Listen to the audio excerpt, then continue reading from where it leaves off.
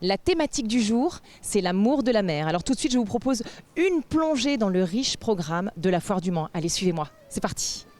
Alors je vous l'ai dit, la thématique du jour, c'est l'amour de la mer. Nous sommes justement dans l'espace qui est totalement dédié ici à la Foire du Mans. Je suis donc avec Pascal Cavalin. Oui, du Conservatoire du Littoral. Et nous présentons une expo qui s'appelle Rivage en mouvement et qui traite de la gestion souple et intégrée du trait de côte.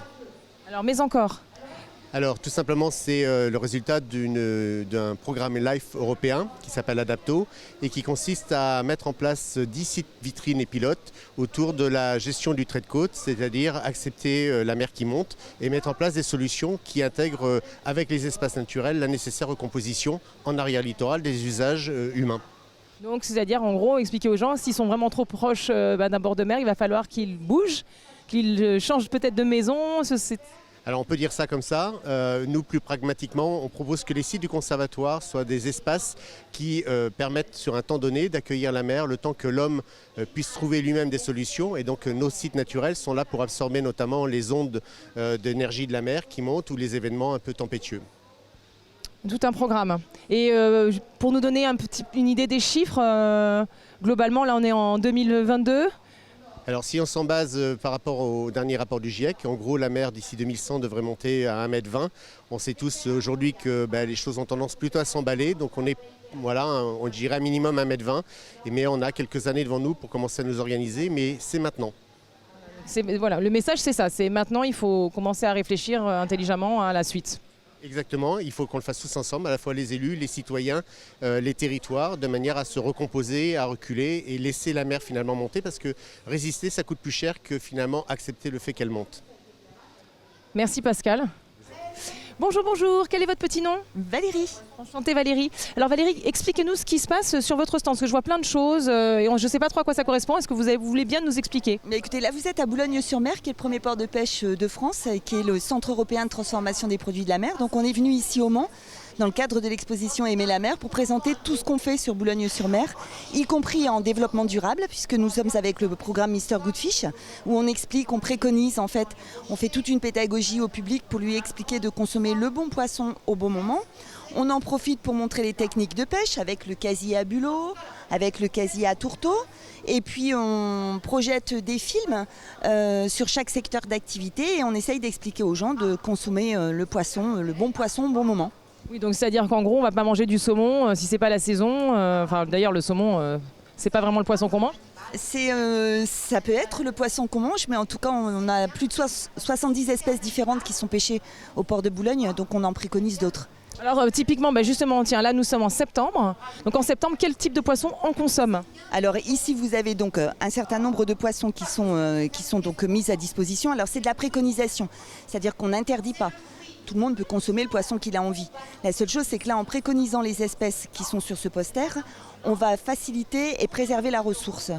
C'est quand même super important. Et aujourd'hui, oui, enfin, on a tous pris conscience que c'était effectivement important. Et les professionnels de la pêche aujourd'hui, eux aussi sont conscients qu'on ne scie pas l'arbre sur lequel on est assis. Donc ils ont toutes ces préconisations qui sont mises en place. Mais tout ça ne me dit pas, ma chère, ce qu'on mange comme poisson, ce que vous préconisez en septembre. Alors en septembre, je vous préconise éventuellement une petite sole. Je vous préconise éventuellement un grondin perlon qu'on connaît peu. C'est l'occasion aussi de valoriser des espèces qu'on connaît peu et qui du coup sont moins chères et tout aussi gustatives. La cardine, qui est un poisson plat, qui ressemble à de la limande.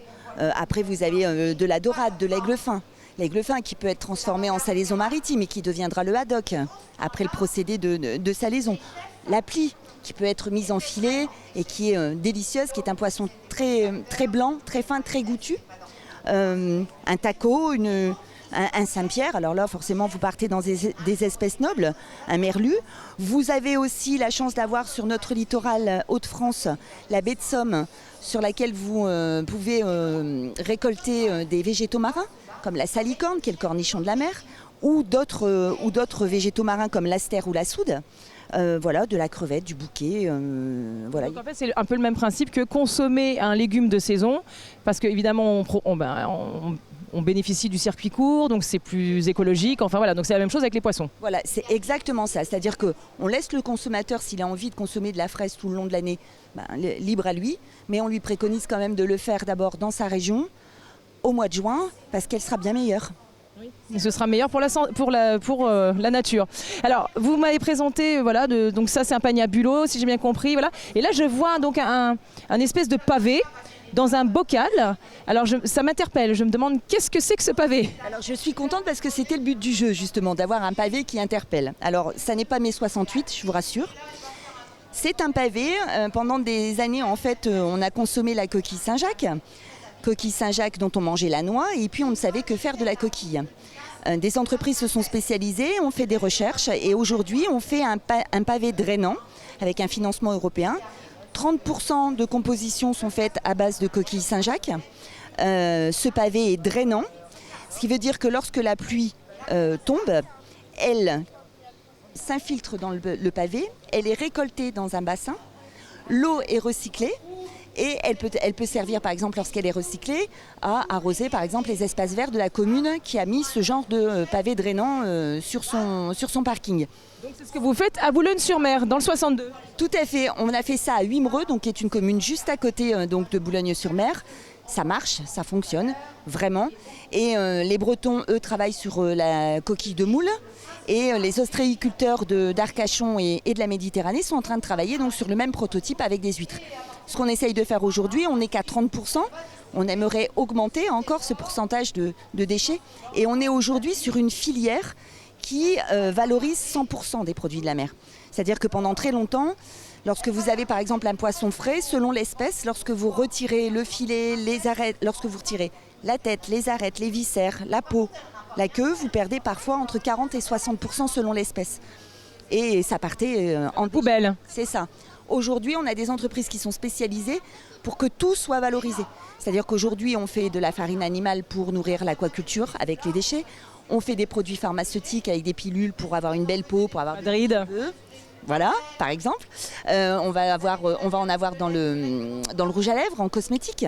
Voilà, aujourd'hui, on ne perd plus rien sur le poisson. Tout est recyclé. Tout est recyclé, donc on est 100% écolo, 100% valorisé. Et en plus, c'est formidable puisque ça peut s'utiliser partout, donc dans toutes les villes de France finalement. Donc ce serait un procédé génial. Tout à fait. Alors, je suis très contente parce que nos voisins du Conservatoire du Littoral, l'une des personnes qui était là, un coordinateur, a trouvé l'idée très intéressante et je pense qu'il y a des choses qui vont se faire avec le conservatoire. Se mettre en place. Mais en tout cas, nous, on sera ravis d'avoir ces pavés en Sarthe et de recycler l'eau pour arroser nos jardins, nos espaces verts, effectivement. Et voilà, c'est parce que l'eau devient de plus en plus rare, n'est-ce pas? C'est une denrée rare, donc il faut la préserver, tout comme la mer, enfin tout comme voilà. Eh bien, écoutez, merci beaucoup. Mais merci à vous de l'intérêt que vous nous avez porté. Merci. Alors, on est sur le centre de Moi, je plonge à l'Ouest. Bonjour, comment vous appelez-vous? Didier Lévesque. Alors Didier, est-ce que vous pouvez nous expliquer ce qui se passe ici? Qu'est-ce que Moi je plonge à l'Ouest? Alors je plonge à l'Ouest, c'est en fait un slogan qu'on a mis en place depuis quelques années dans tous les départements et régions Bretagne et Pays de Loire. Voilà. Et ça permet de fédérer tous les clubs au sein du comité interrégional et du comité départemental de la Sarthe. Combien de clubs au global? Alors au global, je ne sais plus trop, mais au niveau de la Sarthe, il y a 14 clubs. D'accord. Et alors comment ça se passe? Vous proposez des initiations en piscine? Voilà, alors, donc en Sarthe, on n'a pas beaucoup d'endroits où plonger en milieu naturel, hein. Il n'y a rien du tout. Par contre, nous, on est des clubs de l'intérieur, donc on fait toute la formation en partie en piscine, l'entraînement en piscine. Et ensuite, lorsqu'il faut valider des brevets, nous allons soit en carrière, près d'Angers, soit en mer, que ce soit en Bretagne, Atlantique et puis Méditerranée aussi.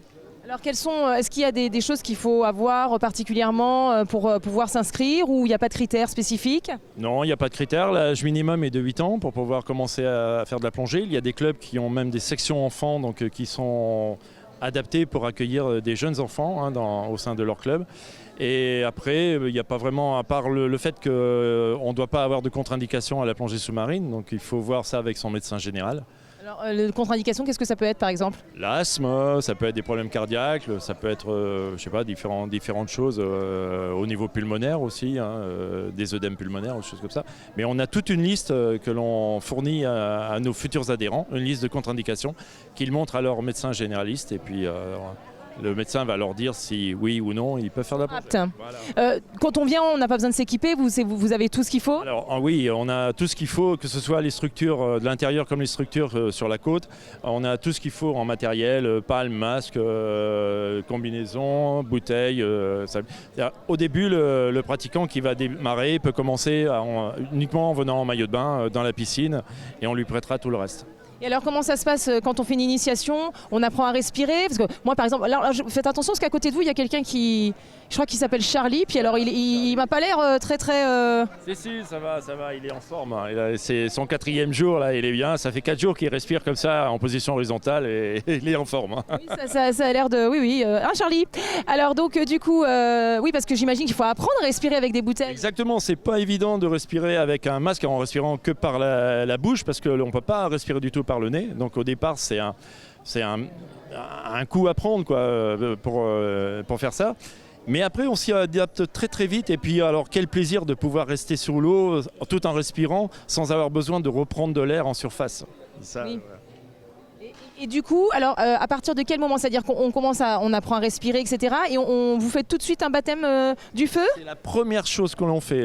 Un nouvel arrivant au club, la première chose qu'il va faire, c'est un baptême de plongée. Et ensuite, si ça lui plaît, si vraiment, généralement, ils sortent avec la banane et ils sont émerveillés d'avoir fait une première expérience sous-marine.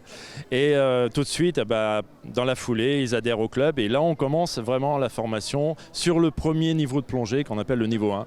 Alors vous voyez, si vous pensiez qu'en Sarthe vous ne pouviez pas faire de plongée, eh ben vous aviez tort. Donc c'est possible, il y a 14 clubs. Donc je résume, pour adhérer, c'est quoi à peu près? Il faut compter de l'ordre de 180 à 200 euros. Pour l'année. Donc c'est correct, oui. C'est raisonnable. Oui, la licence est comprise dedans, l'assurance aussi, tout est compris. Formidable. Et si on veut vous retrouver vous? Alors pour moi, c'est simple, on distribue des flyers et je suis, mes contacts sont dessus. Donc Didier Lévesque et puis j'ai mon numéro de téléphone et mon email. Écoutez, merci beaucoup Didier. Alors voilà, maintenant il n'y a plus qu'à, qu'est-ce que j'ai envie de vous dire, piscine et on vous file tout le matériel. Donc, Vous pouvez venir faire un baptême. Ah mais avec plaisir, avec plaisir. Moi ça me fait rêver, le silence, la quiétude, l'eau, c'est merveilleux. C'est déjà fini. Mais oui, voilà, l'émission est finie. Toutes les bonnes choses ont une fin. J'ai pas du tout envie de vous quitter, mais on se retrouve la semaine prochaine pour de nouvelles aventures. Moi je reste avec Didier. Didou va me faire le baptême. Et puis en attendant, prenez bien soin de vous. Je vous embrasse. Bye bye.